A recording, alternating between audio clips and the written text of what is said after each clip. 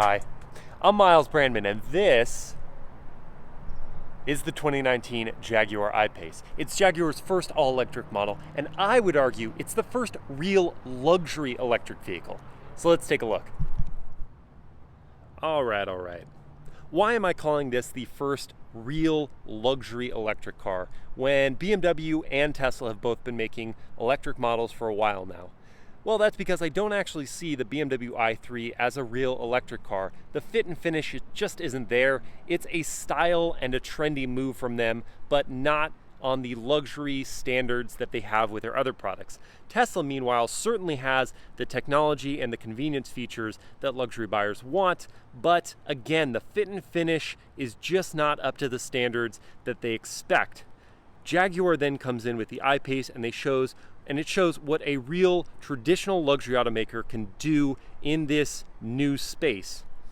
And it starts with the design. I would argue we've been looking at the Model X for long enough that we've just sort of accepted that that's what a all-electric SUV crossover thing is supposed to look like. But then you see the I-Pace and you're like, okay, the spell has been broken. This thing looks really good from pretty much all angles.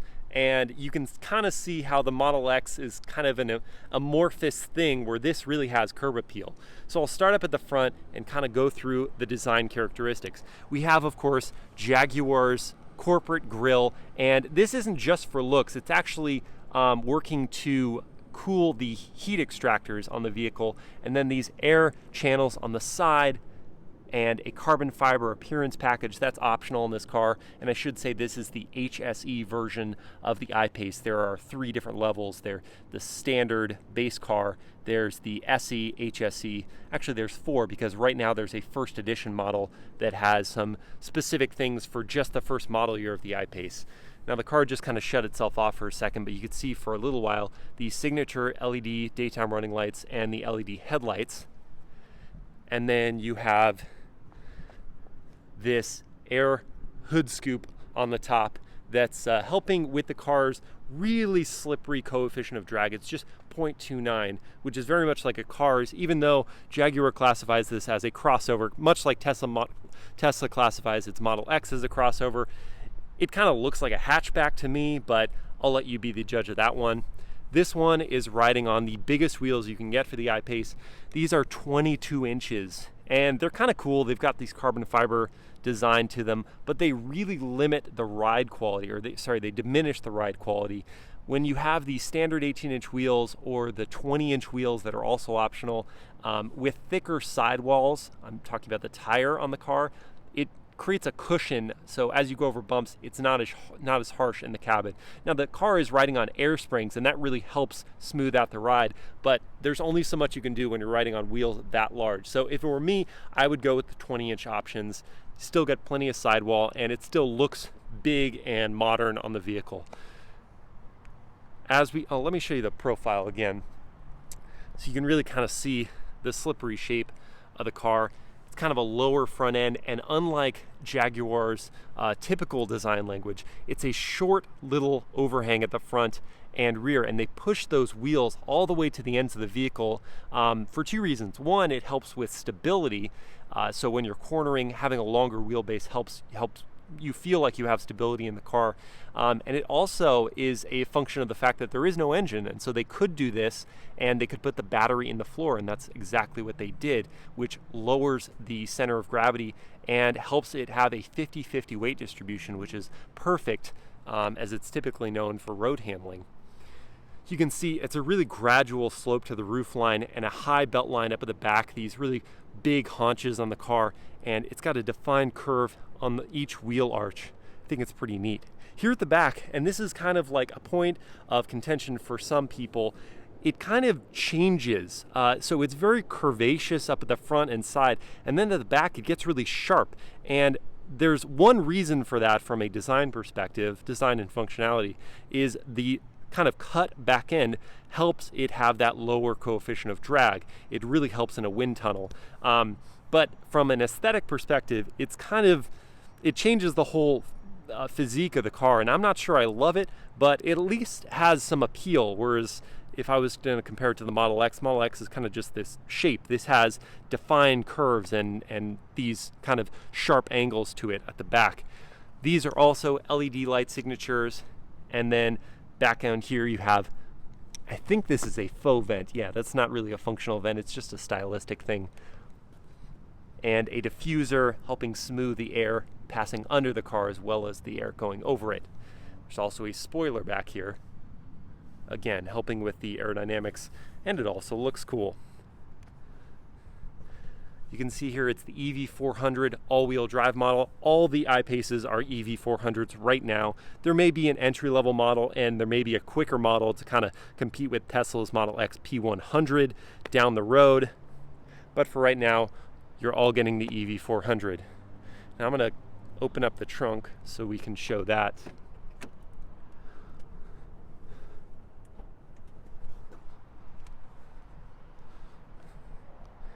And it is a generous bit of cargo capacity, 25 cubic feet with the seats in place, and 50 something, can't remember the exact figure, when they're folded down. And they don't fold down completely flat, but they do fold to be flat with this floor right here, so you can move big items in pretty easily. There's also a little compartment under here for you to store your charging cables. Kind of a sloppy mess, but at least you have a place to put those so it's not occupying good trunk space. And again, the batteries are in the floor, so there's not really any hump back here. It's just a smooth, flat surface to maximize that cargo capacity. And like everything else on the car, the trunk is silent, very quiet. There's also another bit of storage, though this one far less functional, under this front hood. And you can see what I've put in there, because that's about all you can fit in there. This tiny little backpack. You could also put your laptop or tablet or something, but there really isn't much more room than that. It's this really awkward shape. As you can see, it kind of pinches in from both sides. So you really need stuff that can be scrunched in there. I wouldn't put any groceries or anything, at least not groceries that you want to eat the next day. But you do have that storage space, so that's kind of neat. I don't know if I actually closed that all the way. Yep, that's closed. And now we can take a peek at the interior. And this has the premium textile slash microfiber suede interior, but you can get two different types of leather as alternatives. And then there's on the base car, there's a leather-like material, not real leather, call it leather luxe or something. This one again has the carbon fiber treatment on the inside. And say what you will about textiles versus leather, but I really think this is kind of neat, and it kind of fits the very stylistic nature of the vehicle. Also has the microfiber suede material on the headliner, and then you can see the giant panoramic roof. It's really pretty neat, going all the way back to the headrest for the rear passengers. And because this is an electric vehicle with the batteries in the floor back here is super flat. So if you're in the middle seat, your legs aren't super pinched up like this. They can kind of just go on either sides of the tiny little bump back here. And then you've got various charging for your smart devices. Something for everyone. And this one has the quad zone climate control, so when the car is on, these are all displaying your own climate settings for each individual zone. Isn't that nice? Now the one thing is, if you are in the middle seat, I'll show you, your head's going to be hitting this. I'm 6 feet tall, so you're going to have to be smaller than me if you want to sit in this seat. You can check out the front cabin. Much more traditional looking than Tesla's configuration with its giant tablet and digital dash, but not much else.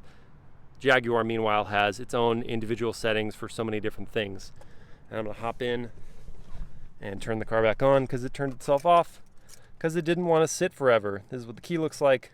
Normal, standard key. You can also get what Jaguar calls an activity key, which is a bracelet that will let you leave the key inside. You just wear the bracelet. It's waterproof and very durable, and you go run around, do whatever activities you want to do while leaving the key inside.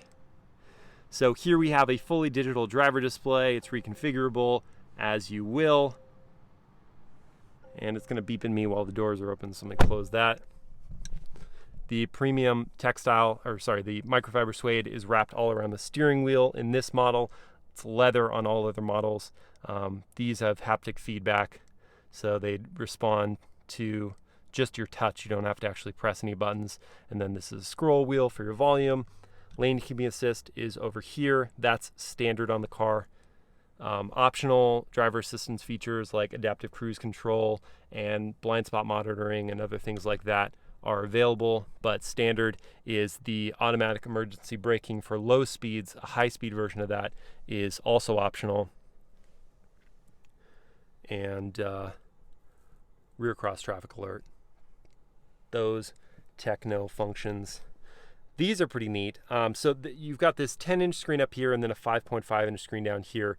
And in some ways they seem redundant, but this one is mostly dedicated to just your HVAC functions, your air conditioning.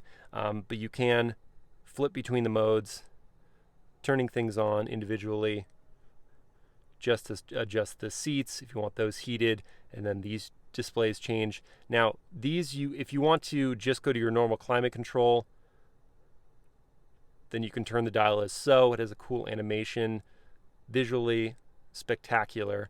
And then if you push it in, you get to the seat. If you pull it up, you get to the fan speed, which is pretty neat. And those kind of things help cut down on the distraction, because the rest of this it's a lot going on and the menus are not the most intuitive. Now, they've got some of these tiles built out here. But as you get over further, you start to get buried in different functions. And if you want to go to where all of the electric vehicle settings are, you go to My EV, you can see how much battery power is left, your projected range. That will also display up here on the dash. And then you can set up your vehicle preconditioning. So when this thing is getting over-the-air updates, you can schedule those, and you can also say, I want my car to start cooling down at this time in the morning or heating up at this time, and you come out and your car is just as you want it. So that's pretty neat. Go back to the home, and if you want to get to, there's a set of displays for if you're off-roading or you're in snow and you want to do a low friction launch, which really is just for ice.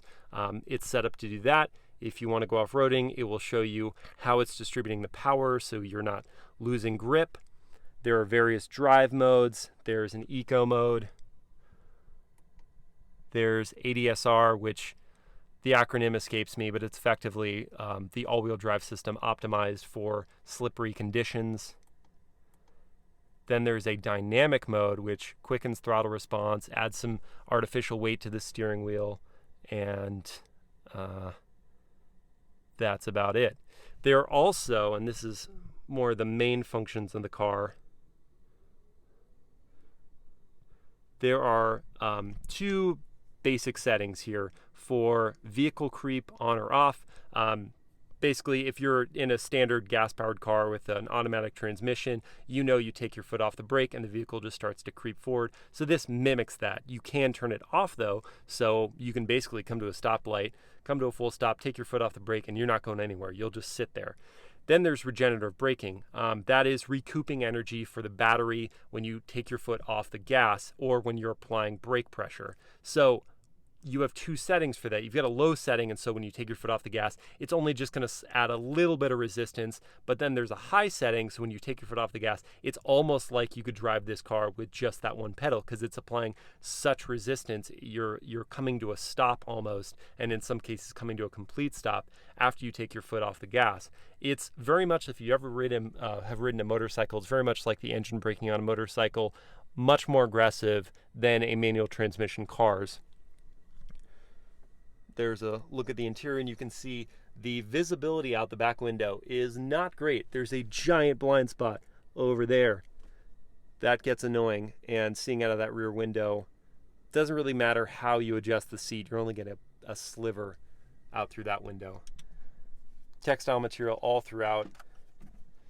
We've got more charge ports down here, and this is pretty deep and goes up through to here under the cup holder section. You actually can remove the whole cup holder thing if you want to, which is kind of neat. Good sized cup holders. So yeah, some functionality there. Again, not having a transmission tunnel really helps with finding creative ways to find space. You can stick stuff down here, goes under this kind of ramped center stack. Your drive, neutral, reverse, and park buttons are there. And that's kind of the interior for the Jaguar I-Pace. Now I realize I haven't talked about pricing or performance or anything yet, so I will get into those now as we go take a tour of the exterior once more. So this has a 90 kilowatt battery that is working through 2 electric motors, one at each axle. And together it's making 394 horsepower and 512 pound-feet of torque. Now, if you're paying attention at all to the auto industry, you know those are some serious performance numbers. And even though this car weighs 4,800 pounds, which would be a lot for a sports car that would also make those kind of power and torque figures, it has no delay in terms of how it develops the torque. The peak torque develops in just 250 milliseconds.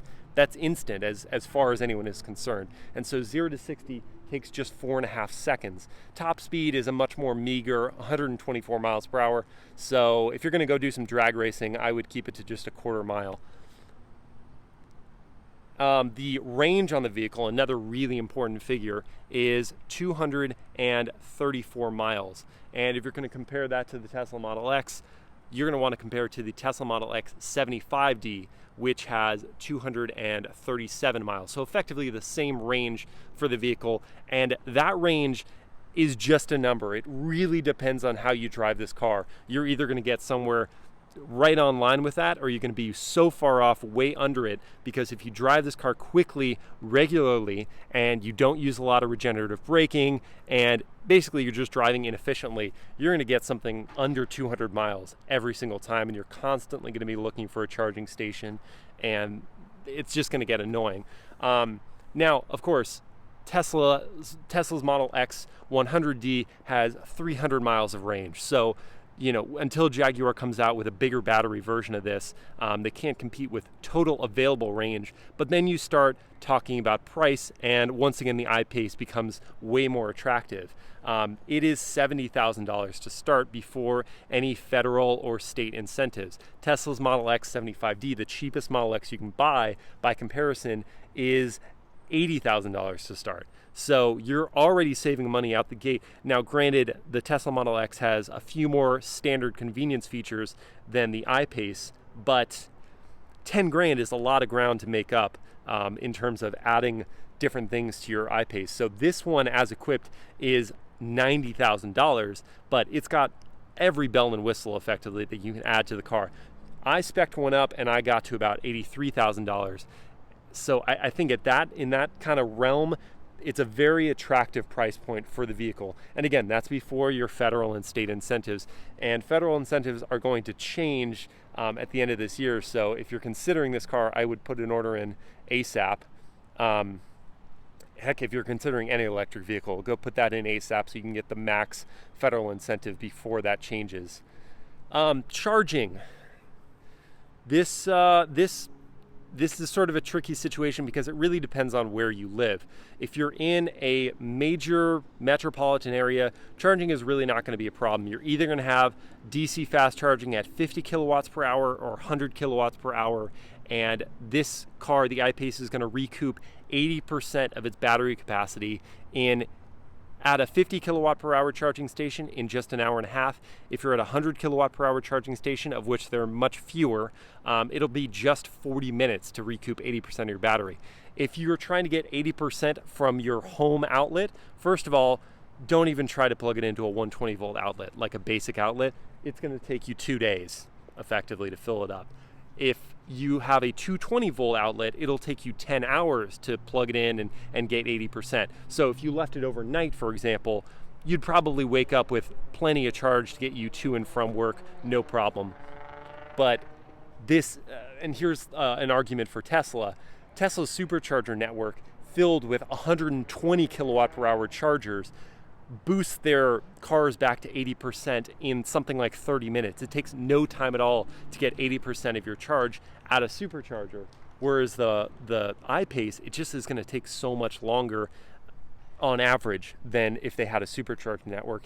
And for now, Tesla's only letting its own cars charge there. Maybe down the road, they'll open it up for a fee to other automakers who are introducing more electric models.